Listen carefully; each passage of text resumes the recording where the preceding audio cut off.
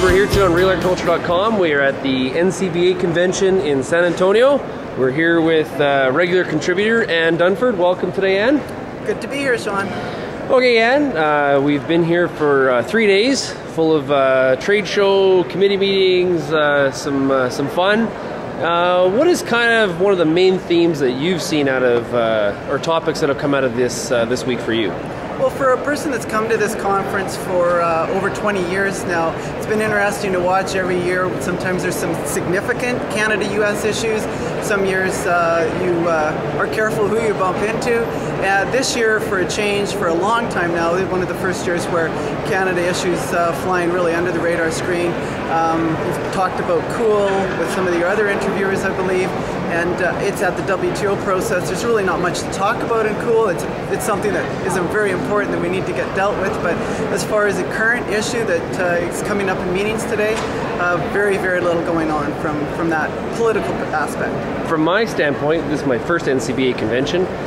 Seems like as a person from Canada, we're very well accepted here, and there's a lot of interaction and a lot of sympathy for some of the things that our market has sort of gone through in the past 12 months. Yes, and there's no question the connection between U.S. and Canadian cattle politics has gotten, I would suggest, better in the last 5 to 10 years than say when we were coming down before. We were nobody's in the back of the room. Now there's no question Canada's at the table and talking where issues cross borders. And of course, I think the knowledge and the awareness just of general U.S. producers of what's going on in Canada is most certainly different now than it was. So you mentioned cool. That's definitely been a topic for Canadians here.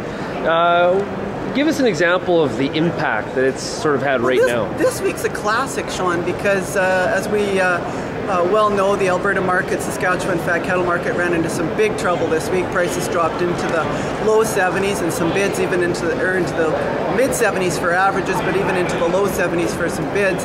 And so even with a weaker Canadian dollar this week, U.S. markets are steady. What the heck happened? We just had a basis widen on us fairly substantially. So why? Well, one of the issues, of course, is we've got a lot of cattle right now. This is January, February. We've talked about that for some time. Lots of inventory. Why couldn't we move more cattle south? Why couldn't we arbitrage markets better? We're at a $15 basis this week. And one of the issues comes back to cool.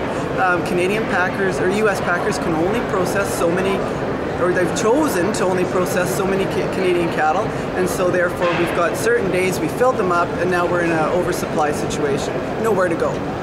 Yeah, so that where to go is a question for a lot of producers. What can we expect in the next 2 weeks to a month as far as those markets? Well, 2 weeks to a month, Sean. Pretty short? It's tough. That's probably our lows, to be real honest with you, so I don't really want to dwell on that. I think once we get past the end of February, things most certainly look better.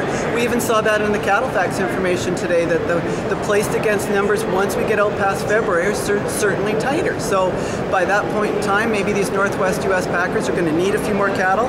We'll be able to move a few more Western Canadian cattle south there, force some better arbitrage. So I do see better times ahead, but when you say 2 to 4 weeks, I'm afraid it's not in that time frame. Yeah, so definitely you mentioned cattle facts. We've talked to Greg Dowd, the chief economist with NCBA, talked to several others. There seems to be a bit of a cautious optimism about the long-term nature of the 2010 market. Yes. Would you share that opinion as far as what? Yeah, I would share that opinion. We saw that in 2009. We talked about the supplies. Where we got trumped, of course, was in the demand side. So, some countries coming out of the recession faster. The U.S. probably one of the slowest. And since they're our biggest customer for exports, that is an issue. We'll have to keep an eye on that. And I think that's where the cautious optimism comes from. Just how fast we come out of recession. What do these exchange rates do? We heard lots today about impacts of exchange rates around the world. Look at the Aussie dollar, big impact, and we're not going to see likely as much Australian product come into North America because of their strong dollar. So those are some of the things that have really changed trade patterns around the world. Just one note, Sean, because of that, you probably look at cull cow prices here in Canada and the U.S. significantly stronger in 2010. So there's some good news. Yeah. Okay, Ann, well, thank you very much for joining us today, and we'll definitely talk to you again very soon. See you back north of the 49th.